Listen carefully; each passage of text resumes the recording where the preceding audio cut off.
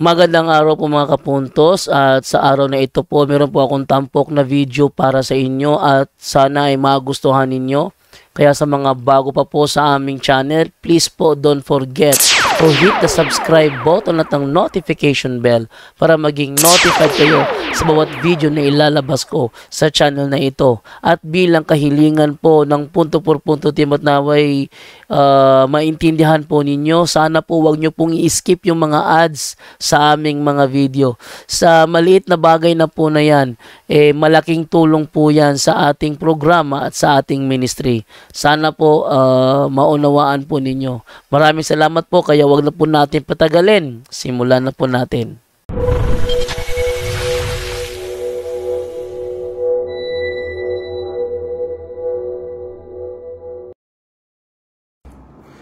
Hello mga kapatid, magandang gabi po. Bago tayo matulog mga kapatid, meron tayong bagong pasyente ngayon, no? Mula daw na lumipat sila sa bahay na bago at yung bahay nila ay may cave. Cave. Langob. At ang nangyari mga kapatid, bago natin i-share ito, no? Juvie Field nanood sa atin ngayon. Si Flor Abad Mandawi is watching. Salamat sa walang humpay na panunood at pagsubaybay sa ating quick live lang po ito mga kapatid, ha. Si Jobert and Cabo is watching. No, quick live lang po ito. Si Manemfa Gladys Oy Juko. Salamat dahil nakikita ko na yung mga comments ninyo ngayon. No? Si Abby Lucky, good evening Father Darwin. Junior Al-Gunda from Riyadh, Saudi. God bless Father. Striver Crystal, no? Nangunguna, no? Star senders natin, 500 stars. Salamat po. Si Evelyn Bersiro Hokotmaya, Ginat Juliet, nanood sa atin. Good evening, Father Darwin. Si Junie Montero is watching. Si Leonida Casanias Nakila, nanood sa atin. So, meron akong bagong experience ngayon lang, no, ngayong araw na ito. At excited ako i-share ko po sa inyo, no? Para makarelate din kayo, no, sa mga ganitong mga pangyayari sa buhay natin, mga kapatid. At si Merlin Melioria Arabaca. Hi, Father. Good evening po. Good evening din. Si Junalyn De Los Santos, nanood natin. Si Mary Jane Lumandas, good evening, Father. Si Carlitz Rubes Perry. Tanong lang po, Father, okay lang po ba na mudawat mi og form para sa ayuda? Salamat sa tubag. Nuwata na, no? Pero ay buta itong di maayong politiko. Si Josephine Osorno, good evening po, Father Darwin. Si Philip Lagrama is watching. Si Bernarda Ibarzabal, good evening po, Father Darwin. God bless you always. At si Rosemary Gabrielio Cerdi. O si Vice Governor Tita Baha. Magandang gabi, Vice Go, no, Tita Baha. Vice Go, no. Si Jocelyn Cabrestante nanood sa atin. God bless. Si Annie Marie Larida. Lirida. No? Good evening, Father. Good evening po. Si Jean Reyes Mel. So ito yung isi-share ko po sa inyo ngayon. No? Isang asawa ng doktor, mga kapatid. Ang kanyang sakit, mga kapatid. Meron naman siyang natural illness. Pero ang nangyari, mga kapatid, merong hindi unusual po na karamdaman ng asawa ng doktor na ito. Every 4 p.m. hanggang 5 p.m., bigla lang siyang maging matamlay, mabigat yung katawan niya.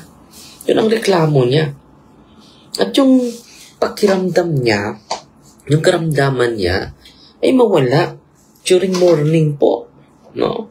During sa umaga, ang lakas niya, pero sa pag-abot ng alas 4, alas 5 sa hapon, bigla na lang siyang matamlay.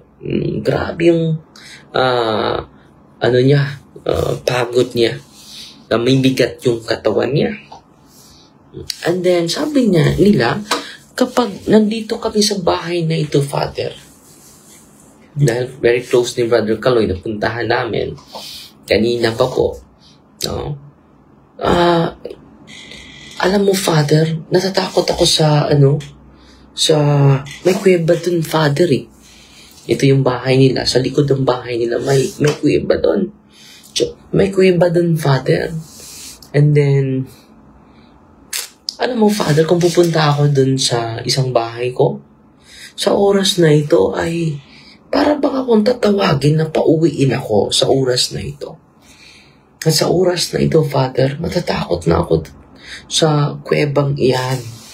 At may hihila sa akin pauwi dito sa bahay namin. At sabi ko, may mga puno ba ito? Nung pag-construct nito, before construction?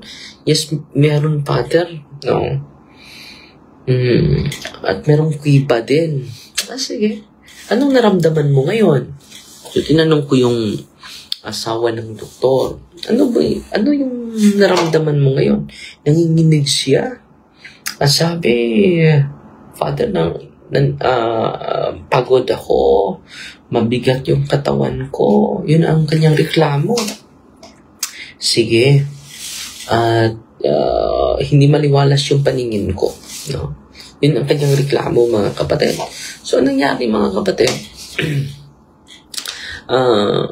Sinabihan ko siya na when was your last confession? When was your last confession? Sabi niya, last December na siguro, Father. Sige, confess ka muna ngayon. Sige. Then I'm renting of the sea. And after that, mga kapatid, sinabihan ko siya na kapatid, na i-deliverance kita ngayon. At nandyan yung kanyang asawa, yung doktor. Nandyan din yung mga kaibigan niya. No? Alam niyo, mga kapatid, na mga sila lahat. Nagulat sila lahat. Ako din nagulat, pero hindi natakot. Dahil, nung pinunasan ko, dahil dito, mahirapan siya sa pagtayo, sa kanyang paa, nagyan ko ng holy and exercise oil. Alam nyo, umiiyak siya. Bigla lang siyang umiiyak at nanginginig. Sumisigaw. No? At patuloy ko nag-pray. No? At sinabihan ko yung asawa ng doktor. No? Hindi ito natural yung karamdaman niya na pamimigat. So, itong bahay mo, possible ha, infested. So, patuloy ako mag-exercise. Diagnostic prayer lang po yun. At I do the imperative command. Tell me your name. Ilan kayo? Tell me your number. Sabi niya, 3. So, nung tinanong ko, tell me your name, your real name. Sabi nila, ang unang pangalan niya ay si Gaspar. No? Pangalawa si Nardo. Pangatlo is si Melchor. Nagtatlo yung pumapasok sa kanya. At tinanong ko siya, where do you live? Where is your where do you dwell here in this area? Tinuro niya yung kuweba. No? Doon. Yung kuweba. And then, I asked imperative question, tell me the whole truth. In the name of Jesus, are you the one responsible of the illness of this, his illness. Sabi nila, yes, no? So, pinuntahan ko yung, kuiba, no? Kanina. At sabi niya, Father, sarap matulog, Father, no? Nung sinabihan ko, pupuntahan ko yung kuweba, no? At binalikan ko siya. And after that, mga kapatid, na ang lakas ng lumakad. At sabi niya, Father, ang bigat ng katawan ko. At sabi ko sa kanila, napunta kayo sa office ha, para magbigyan ko kayo ng solemn exorcism. Lalo na ikaw. Dahil itong lugar na ito, may nakatira pala. So, saan sila nakatira? During exorcism natin, nagsasilagta sila. No? Nandyan pala sila sa kuweba. So, i-exercise natin yung kuweba. So, ginagawa ko yung solemn exorcism doon sa kuweba, mga kapatid. At while nag-exercise ako doon, nakahiga siya dahil bigla na siyang napuyat. At nung binalikan ko siya for exorcism, diagnostic exorcism lang, sinabihan ko sila hindi po natural itong panghihina niya. After deliverance, mga kapatid, grabe na yung gaan ng katawan niya. Masigla na yung kanyang mukha, nag-entertain na sa amin. Sabi niya, sa pagrating mo, Father, kinabahan na ako. Bigla lang akong, nahilo. Bigla lang ako namigat. Pero ngayon, Father, nawala na yung bigat. So, sinishare ko po ito sa inyo, mga kapatid, para nabuhayan tayo ng lakas. Lalo na sa mga oppression. Oppression lang po yung sa kanya, hindi po yung total possession. It is grave oppression po. Yung grave oppression, hindi 100% possession. Not fully possessed, but it might be 20 to 25% yung possession, not totally possessed, mga kapatid. At nandun sila nakatira.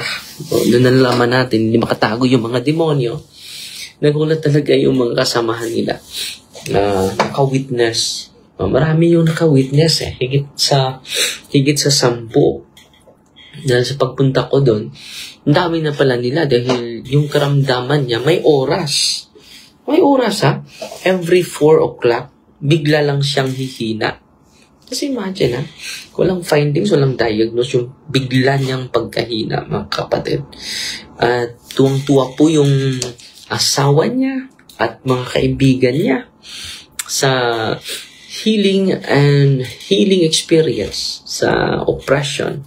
Kung babasahin natin ang Acts of the Apostles, ito yung panghuli, mga kapatid, pasalamatan tayo. Acts of the Apostles,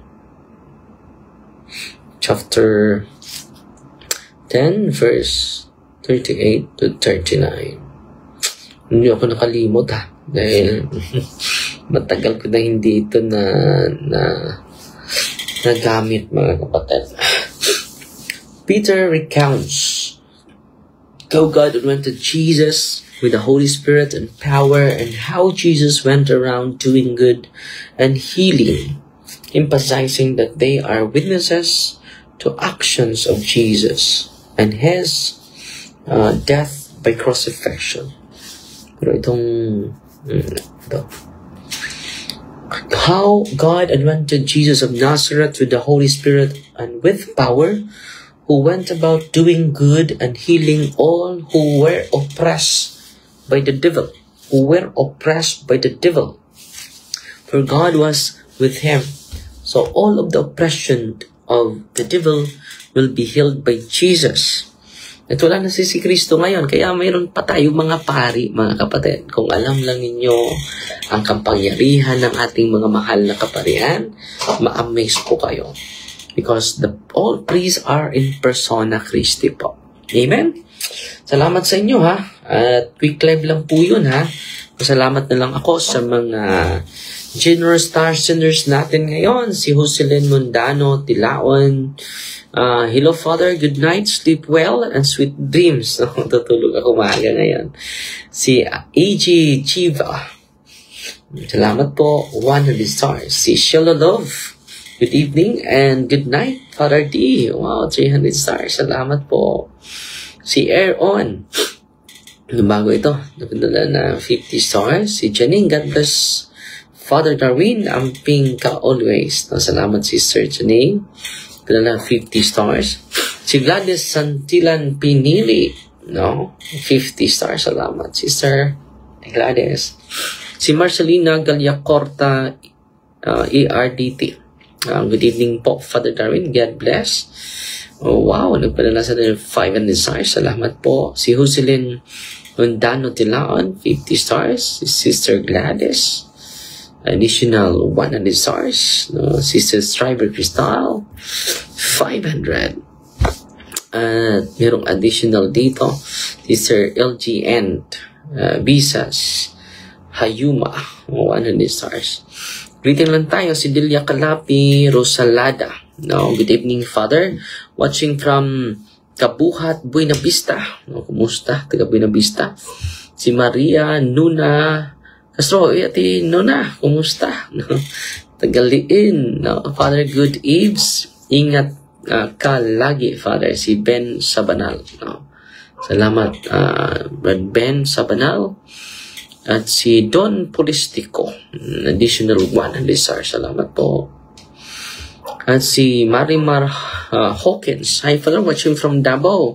Diyan kami last week sa'yo. Oy, salamat sa pagbisita ninyo dito sa amin, ha? Ang Diyos na po ang magsukli sa kabutihan mo.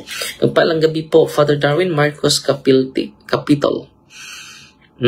Malaking biyaya po ang inyong mga stars at mga subscription. Di na ko malimutan. God is good. Si Edwina Limutan po. Salamat po. At si Malu Layagin Tapungot. Thank you, Father, and God bless. Salamat po sa 50 stars. Uy, Ana Maria, Anyuber, Gitgano, akong aking kapatid, kumusta? Kumusta mo diha, yay? At pasalamat tayo. Uy, ni Ate, Ate Lotlot Rose Tesvo. Siya yung nangunguna ngayon sa star senders natin. 1,200 stars. Salamat, Ate. Lot, kita-kita ta karong umaabot nga Sabado. Pukon. At sino pa? Si Chris Abellanosa. Good evening, Father. Shout out from San Francisco, Camotes. Kumusta? Taga Camotes, no? Bumisita tayo nung una dyan. Meron ding nag-react, no? So, dyan mga kapatid, hindi makatago yung demonyo kapag gamitin natin yung kapangyarihan natin. Elibonyo Makalandag, Honko Lada, good evening, Father Darwin. Si Rachel Divinigracia Ligasan is watching. Si Vitaliana Riasga. No? Good evening, Father Darwin. Si Alicia Belita. Mayang gabi, Father. No? Si Winnie LP. Magandang gabi, Father. Na po in-check, no? Hindi ko mabasa. Si Joy Grace Ponce. Good evening, Father. Nagrosaryo pa man good ko. Maong na late na. Okay lang. Pwede mo naman i-replay ito, mga kapatid. Si Liba Humamil Tagupa. Good evening po, Father. God bless you. Si Junie Montero is watching.